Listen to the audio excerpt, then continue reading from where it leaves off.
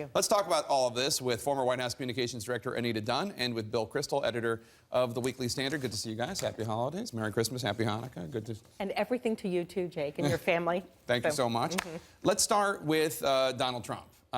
Bill, you have been soliciting ideas for the name of a third party. Should Donald Trump get the nomination, you will, I guess, be bolting. And any good ones? Bull Moose, perhaps? Or Yeah, that's good. Yeah, how about the Whig Party? The Whigs. Republicans replaced the Whigs, so now the Whigs can replace the Republicans. The Federalist Party, that was a great party in the olden days.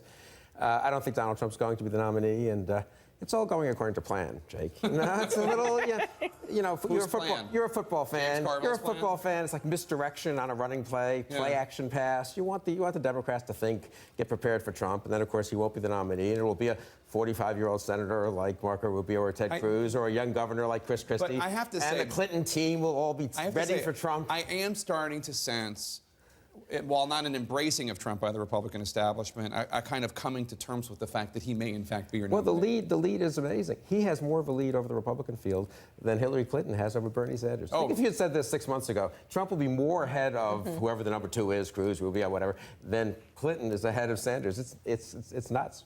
No, absolutely.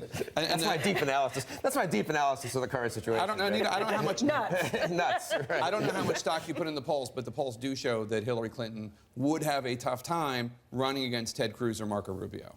Well, Jake, I don't put a lot of stock in polls at this point because until the two parties have nominees, they're really kind of intellectual exercises, but aren't great predictors of what the general election contours shape up because it's a choice. And so I think when people start looking at the choice between if Hillary Clinton's our nominee, Hillary Clinton and a Ted Cruz or a Marco Rubio or or a Donald Trump, it becomes a very different kind of situation.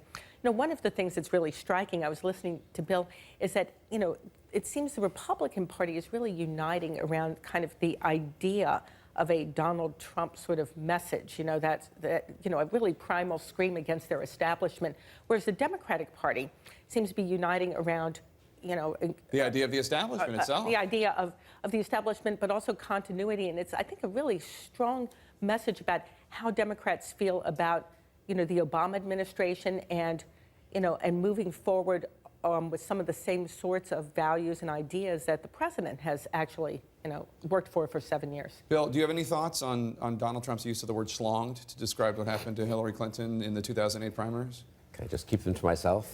He's you're a man who knows Yiddish a little bit. He's a very vulgar man. I think the word probably in his mind just means a generic term for somehow, defeated or whatever, but a lot of Yiddish terms that had more precise origins and were actually pretty risque or scatological or whatever where general speech just became, kind of general. Somewhere terms. Leo Rostin is rolling over. Disapprobation. but he is Trump really is appalling. And from my point of view, honestly, a Trump-Clinton matchup, is that really what America wants? A vulgar, rich businessman and a former first lady, another rich former first lady. But you heard Donald Trump did this veiled, it wasn't so veiled, threat to Hillary Clinton. You saw it in the piece just a second ago, in which he basically said, do not play the woman card, the war on women card, or the woman being degraded card, Hillary. He was warning her.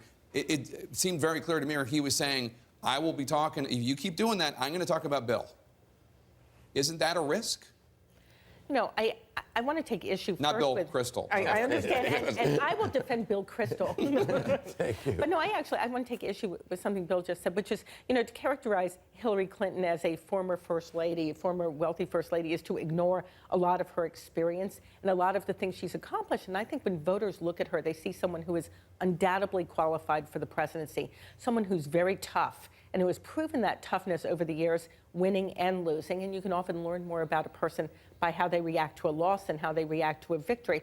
And I think no one who looks at Donald Trump is going to doubt for a minute that he will be willing to say anything and more should he become the Republican Party's nominee. So accusations against Bill Clinton you think will come up? Well, I can't predict what Donald Trump will do, and I don't think anybody can, including Donald Trump, on any given day.